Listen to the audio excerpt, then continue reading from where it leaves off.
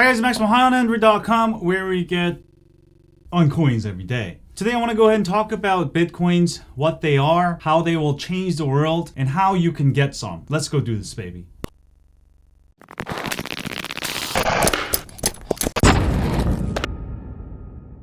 Alright, first of all, what is a Bitcoin?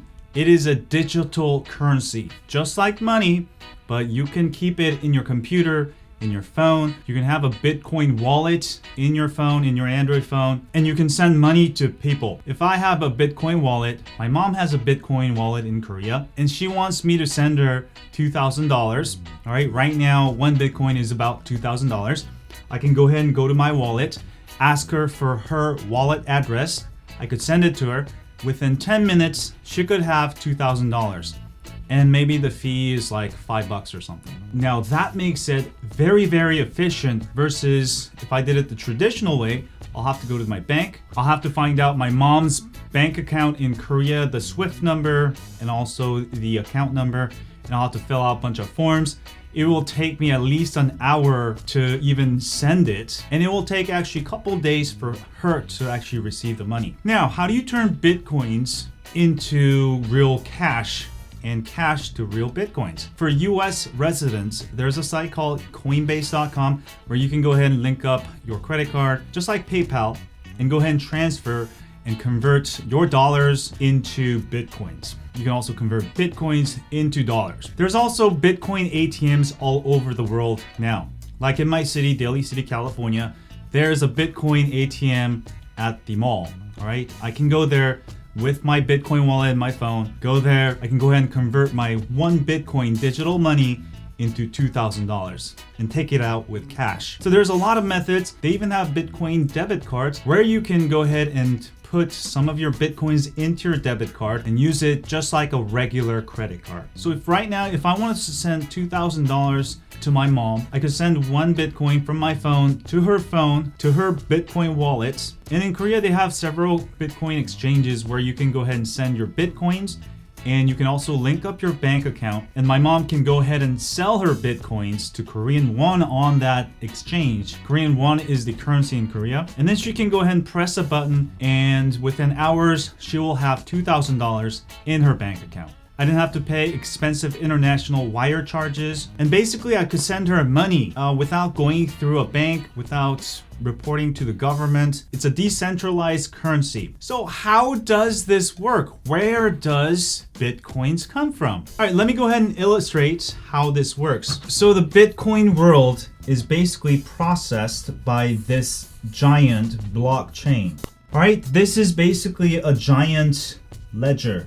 All right, this is basically a ledger. Now, I'm going to try to explain it in layman's words, not in exactly how it works, just so you can understand. So this giant ledger has everyone's record. So let's say this is me, Max. This is mom. Let's say I already have 10 Bitcoins, right?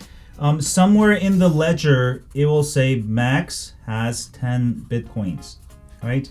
And I will also have a Bitcoin address, which is basically made up of a bunch of numbers, 1, 2, 3, A, B, C, 1, 2, 3. And my mom will also have a address, let's say 1, 2, 3, A, B, C, 1, 2, 2. So instead of Max, it will actually record as 1, 2, 3, A, B, C, 1, 2, 3. I have 10 Bitcoins there. And let's say my mom has an address there, 1, 2, 3, A, B, C, 1, 2, 2. So let's say I wanted to send $2,000 to my mom.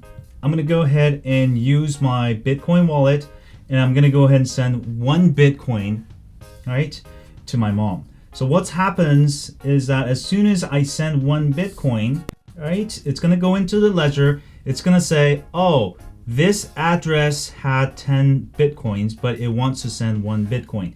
So now it will say, I will have 9 Bitcoins, and my mom's address will have 1 Bitcoin.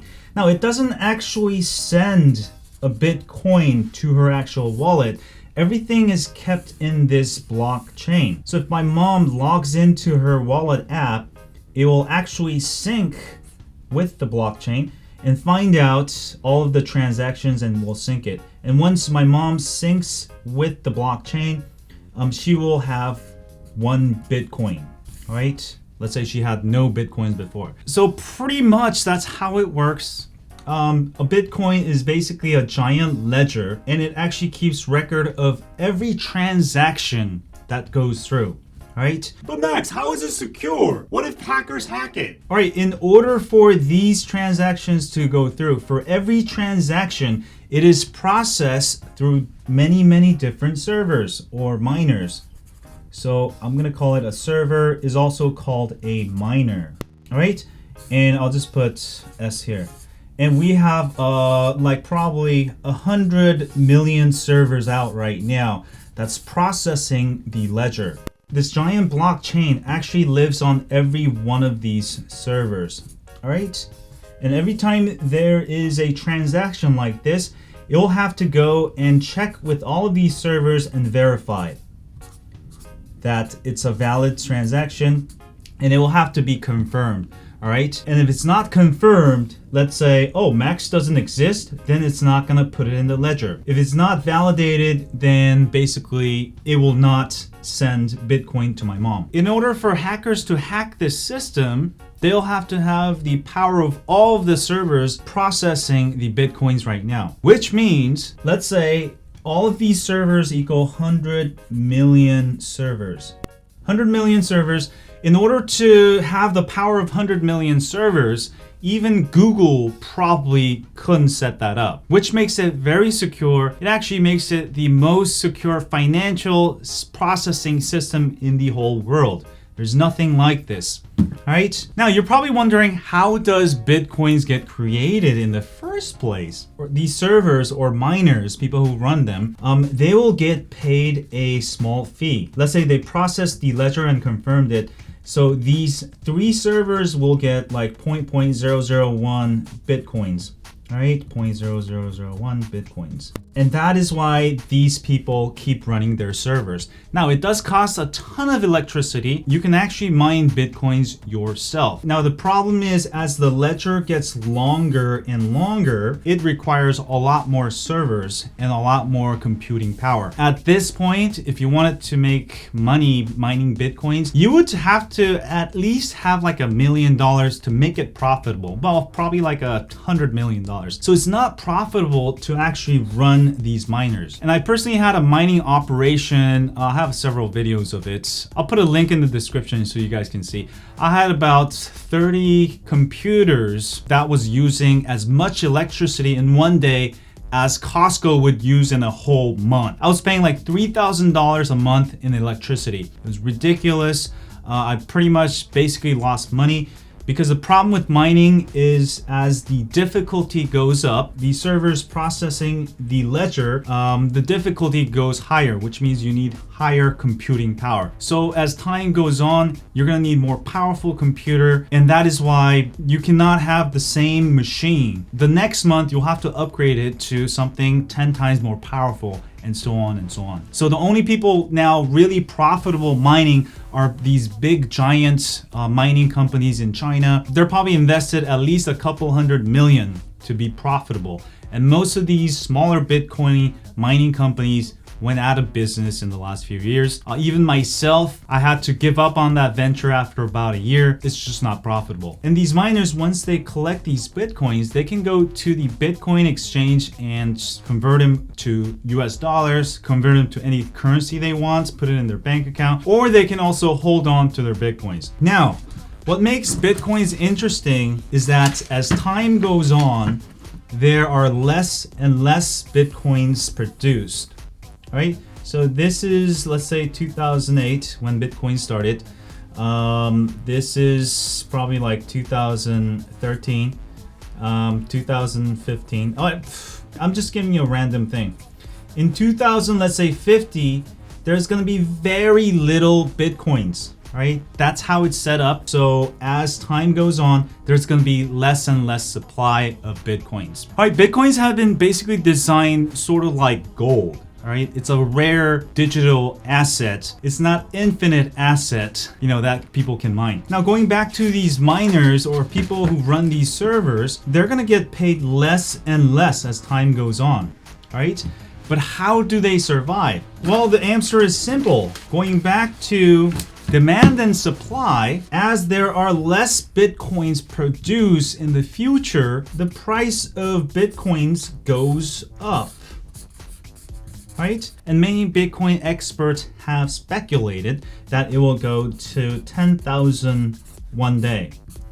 All right, or some people are saying it will even go to 1 million. I think 10,000 is definitely possible. 1 million, I'm not sure. But right now we're at about, as of today, I think what, $2,300? Well, let's actually look it up real quick. All right, one of these best sites to look up is CoinMarketCap. You can see here right now there is $40 billion market cap for Bitcoins. Currently, the price is actually 2462.59.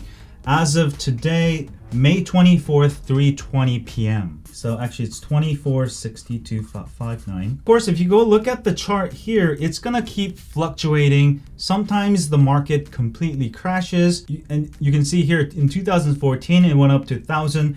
It crashed to about 200. And after 3 years, now it's going back above 2,000. Now, there's always gonna be a crash. I don't know, it might be small or it might be big.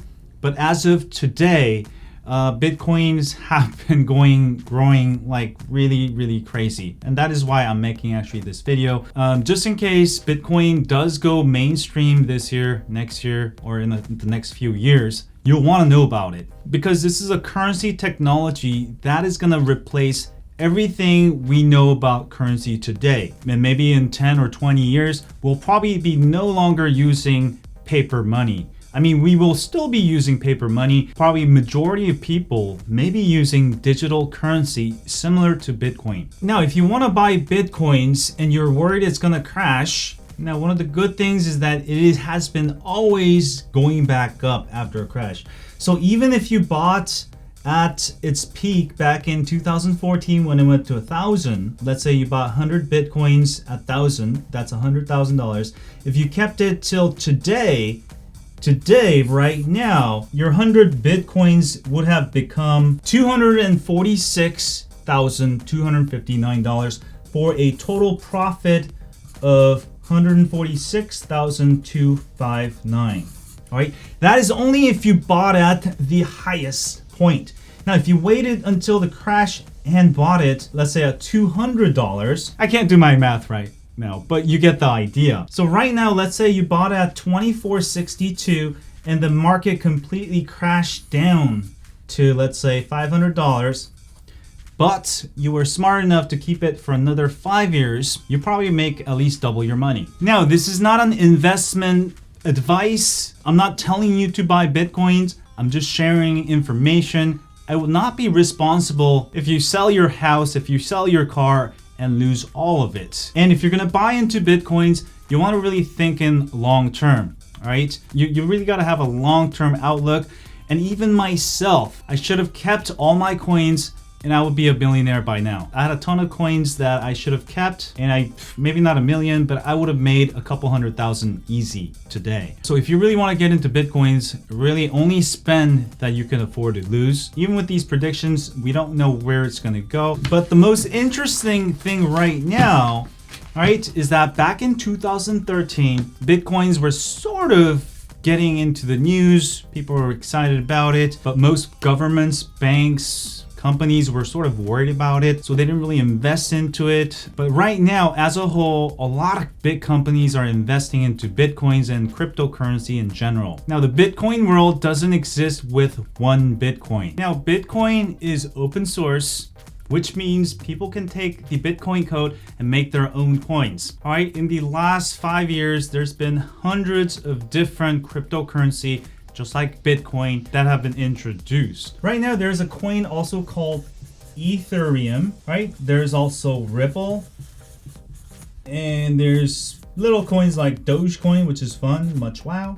So Ethereum is basically just like Bitcoin, but it has more advanced structure where companies can build smart contracts on top of the Bitcoin structure, all right? So Ethereum, you can also buy and sell just like Bitcoin, but the difference is companies can use that platform to develop different things. Now, Ethereum is actually being backed by big companies like Samsung. And Ripple is also similar to Bitcoins. It's basically geared towards banks. All right, so right now, if the international banks they're not using a secure automated system like this, and the fees are super high. I'm not an expert on this, but Ripple basically will replace all traditional banking systems, international banking systems, and Ripple is also one of the companies backed by Google Ventures. So back in 2013, when Bitcoin was sort of getting into mainstream, not a lot of companies, not a lot of banks were interested in it because it was sort of speculative. But at this point, after 3 years later, there is literally hundreds more companies, hundreds of venture capitalists investing into the cryptocurrency. All right, so Bitcoin is just the main coin, and there's all these other coins that you could invest in. Also, you could use that to send money or receive money, which is also another reason why Bitcoins are coming up right now. So I think I'm gonna end it there for today. I will have another video on this if you guys want. Also, I do have a channel dedicated to coins. It's called High on Coins. I'll put that in the description below. Also, you can subscribe to that for my daily updates. I just do some daily vlogs on, what's going on with the cryptocurrency. I've been away for a while because after mining a couple of years ago, I lost so much money that it took me a while to get back into it. I really did not want to touch it because I rented an office for like $1,500 a month. I spent maybe $100,000 in mining PC. That pretty much I didn't really make much money on. And it was basically a business failure for me, and I'm still recovering from that. But the good thing is, from that failure, I learned all of this, and when Bitcoin started going back up, I was able to sort of get back into it very quickly, and I've made a little bit of money last few weeks, maybe like $5,000-$6,000, which is good, and I hope it goes to the moon. I mean, even if it doesn't, I do have a long-term growth plan now. I plan on keeping my Bitcoins for at least 5 years before I even sell it, and I think in the long term, like I showed you, you're gonna be able to really, make some money. Again, this is not a financial advice. I will not be responsible if you lose your house and kill yourself. Be responsible, just like gambling. Only spend what you can afford. And if this video has helped you, I'll put a little Bitcoin address. You can send me some Bitcoins. Or maybe after you made a lot of money, send me some Bitcoins. You don't have to. Anyway, I'll see you guys later. If you have any questions, leave in the comment box below. Hit the thumbs up. And as always, stay on coins. Click here to subscribe.